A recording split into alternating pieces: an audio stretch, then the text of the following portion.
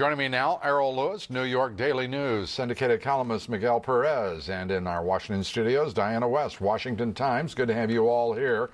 Well, the Democrats had a cot fest. Spent all night in the U.S. Senate. Miguel, did that accomplish anything, or just absolutely nothing? But we all knew that was going to happen, didn't we? We didn't expect them to get the 60 votes that they needed. So why'd they do it? Well, they wanted to show their constituents that they were going to at least try to fulfill their big campaign promise from last fall of stopping the war. And it was always an empty kind of a promise. And so they're just kind of playing it out. And I guess you can fool some of the people some of the time. Well, we've got a political system that's demonstrating that. It looks like we may have a political system, Diana, that is also demonstrating you're not going to fool us much longer. We have a crisis of leadership, Lou, and I don't hear anything out of the White House or the Congress that represents a strategy that sounds like anybody has a clue that whether the Iraqi parliament functions has nothing to do with American national security. We don't have a Congress that's functioning or a president that's functioning, Miguel.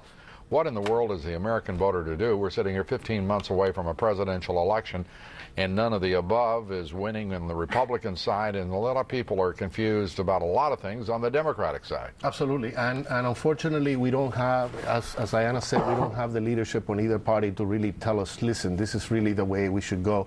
Nobody has a solution for Iraq, unfortunately. We all know that it's going to end up in genocide, and we're wondering when that genocide begins and when it ends. Barack Obama says genocide isn't a sufficient reason to stay in Iraq. I mean, saying that Friday, my goodness, we're hearing some rather extreme declaratives from both sides of this, for Republican and Democratic candidates. Sure. Well, and then out of the Defense Department, you hear talk that hundreds of lives will be lost if a withdrawal is attempted, as if hundreds of lives are not being lost every month. I would like to see a debate on what are the consequences of the policy choices that are made by this administration and this Congress, because they talk as if there are only two options: right. Complete withdrawal or complete stay the course.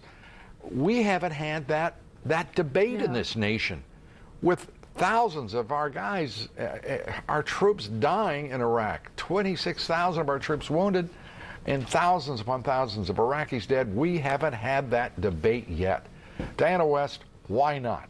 Because I feel that our leadership is craven to the point of not being able to assess global jihad. We are in a cycle of jihad that has recurred, time and time again over the last 1,400 years, but we're not allowed to really take that into concern. We're sitting because here. We're afraid to say radical Islamists? Yes, that's exactly true. We are afraid to discuss these things that come right out of an ancient religion, the jihad doctrine. So we're focused on the Iraqi parliaments getting together, while meanwhile we do nothing about Iran, nothing about Saudi Arabia, nothing about the other centers of jihad that are actually changing the world. We're going to be back in 1 minute with our panel of experts, and we're going to talk about what has been unthinkable. We're going to think about what has been unspeakable. Stay with us. We'll be right back. We're back with Errol Lewis, Miguel Perez, and Diana West. Errol, where are we headed with this? The idea that this is a war on terror, not a war against radical Islamists.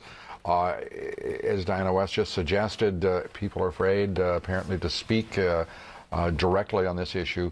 Where does that leave us? Why aren't we having this national debate? The real problem is there's a lack of trust in our institutions. The members of Congress don't seem to want to use their own institution the way it was meant and designed to be used. Hold hearings in all 50 states if that's what it takes. Fact-finding, fact-presenting, and sooner or later, I think the wisdom of the people will come through, and you'll see that, look, at 6 months, 9 months, 12 months, we'll be at a decision point, and we'll all know why a decision can or should be made. Well, the Congress did something, and I have to give the Senate Judiciary a great committee.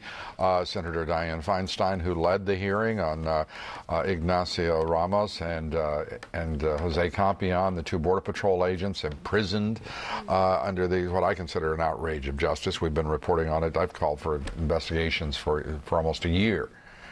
Miguel, what's your reaction to the president and his reaction? He doesn't believe his friend Johnny Sutton could possibly be... It seems like the most important fact that the president is considering is that the prosecutor is a good buddy of his. That's the facts. That's what he's basing his judgment on. But then here's the quote that he gave in this public forum. I know it's an emotional issue, but people need to look at the facts that these men were convicted. 2 words, Scooter Libby. Yeah. I mean, is he suffering from amnesia? Did he forget that he just commuted the sentence of one of his own administration's members? And these 2 guys go to jail for shooting a drug dealer? Diana? I don't understand his motivations unless all the worst things we suspect about him are true in terms of kowtowing to the Mexican government, etc. And I'm very glad the Senate is taking these steps. Do you know, I've got to be very direct here. I did not expect this Senate hearing to produce much. I wasn't, my expectations were not high. And I really have to tip my hat, congratulate, compliment Senator Dianne Feinstein, Senator John Cornyn, and the others who stood up for these 2 terribly wronged former Border Patrol agents. Your thoughts, Errol? I think Miguel is exactly right. If you're a close buddy of the president at the top of the government, Scooter Libby, you get one kind of treatment. If you're a Border Patrol agent who has the president hanging on the wall of their office, they're federal employees, you're not entitled to those kind of benefits, apparently. And it sends a terrible message up and down the chain of command that favors will mean more than your actual dedication, your actions, and that if you need help from the top, it may or may not reach down to you. Well, that's a terrible indictment, isn't it, of this government? Going back to what you're talking about, holding hearings in 50 states, whatever the issue. Not only fact-finding, but hearing the voice of the people. It is the last thing this Congress, this president, this Senate wants, seemingly, is to hear the voice of the people. We've got to get beyond that, no matter who we elect in 2008. Are we agreed at least on that, Diana? I would say so. Errol, you get the last word. The old-fashioned institutions, the hearings, the reports, the findings, it needs to be revitalized desperately on this and many other issues. On those sage words, we conclude. Thank you very much, Errol. Diana, thank you. And we